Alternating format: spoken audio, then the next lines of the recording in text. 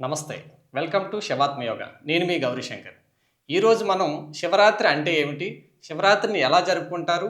అసలు శివరాత్రి రోజు ఉపవాసం చేస్తే కలిగే ఉపయోగాలు, మెడిటేషన్ చేయడం వల్ల కలిగే ఉపయోగాలు ఈ వీడియోలో మనం తెలుసుకుందాం. అసలు శివరాత్రి అంటే ఏమిటి? శివరాత్రి అనేది కేవలం ఒక హిందూ పండుగ మాత్రమే కాదు. ఇది ఒక అంతర్గత మార్పు కోసం వచ్చిన ఆధ్యాత్మిక అవకాశం.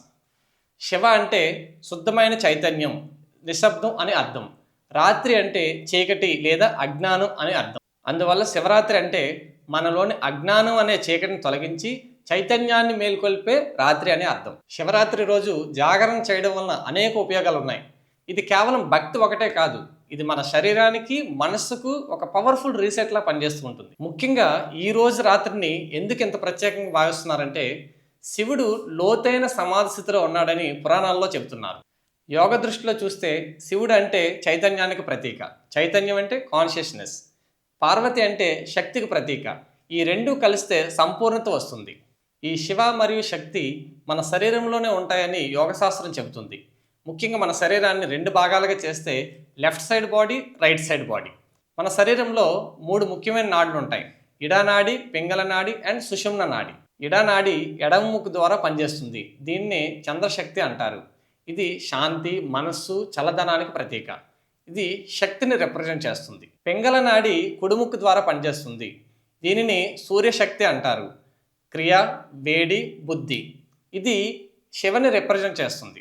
మూడవది సుషుమ్న నాడి. ఇది వెన్నుముక మధ్య భాగంలో ఉంటుంది. ఇడా పింగళ బ్యాలెన్స్ అయినప్పుడు సుషుమ్న నాడి యాక్టివేట్ అవుతుంది. ఇదే శివ శక్తి సంగమ మార్గం.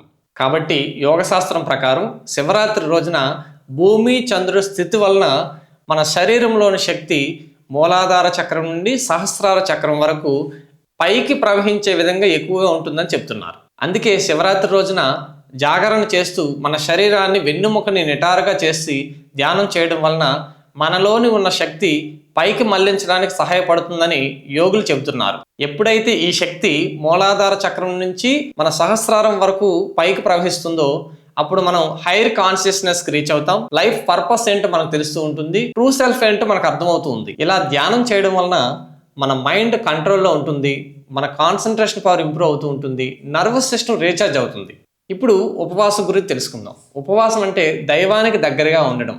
హెవీ ఫుడ్ తీసుకోకుండా ఉండడం వలన మన శరీరం తేలికవుతుంది, జీర్ణ వ్యవస్థకి విశ్రాంతి లభిస్తుంది, మన సెన్సెస్ కంట్రోల్లో ఉంటాయి, మన కాన్సన్ట్రేషన్ పవర్ ఇంప్రూవ్ అవుతూ ఉంటుంది, కోరికలు కంట్రోల్లోకి వస్తాయి. అదేవిధంగా మన శరీరం తేలికపాటు అవుతుంది, మన మనస్సు ప్రశాంతంగా ఉంటుంది. ఈ రెండు ఇలా ఉండడం వలన ధ్యానానికి చాలా అనుకూలంగా ఉంటుందని చెప్పవచ్చు. తేలికపాటి శరీరం, ప్రశాంతమైన మనస్సు ధ్యానానికి అనుకూలంగా ఉంటుంది. దీనినే యోగశాస్త్రంలో ప్రత్యాహార, తపస్సు సాధనలతో పోలుస్తారు. ఇది కేవలం ఆచారం కాదు, మన శరీరాన్ని రీసెట్ చేసే అవకాశం. మొత్తానికి శివరాత్రి అంటే ఒక ఆధ్యాత్మిక ప్రయాణం. బయట ఉన్న దేవాలయానికి వెళ్ళడం కాదు, మనలో ఉన్న దేవాలయానికి వెళ్ళడం. బయట ఉన్న శివుడిని వెతకడం కాదు, మనలోని నిశ్శబ్దాన్ని అనుభవించడం. ఉపవాసం ద్వారా శరీరాన్ని తేలిక చేయడం, జాగారం ద్వారా అవగాహన పెంచడం, ధ్యానం ద్వారా మనసును తేలిక చేయడం, ఇవన్నీ కలిపి శివరాత్రి యొక్క యోగిక సారాంశం. కాబట్టి శివరాత్రి యొక్క సందేశం ఏంటంటే, అత్యంత చీకటిలో కూడా అంతర్గత వెలుగును మేల్కొల్పడమే శివరాత్రి యొక్క ప్రత్యేకత. Thank you.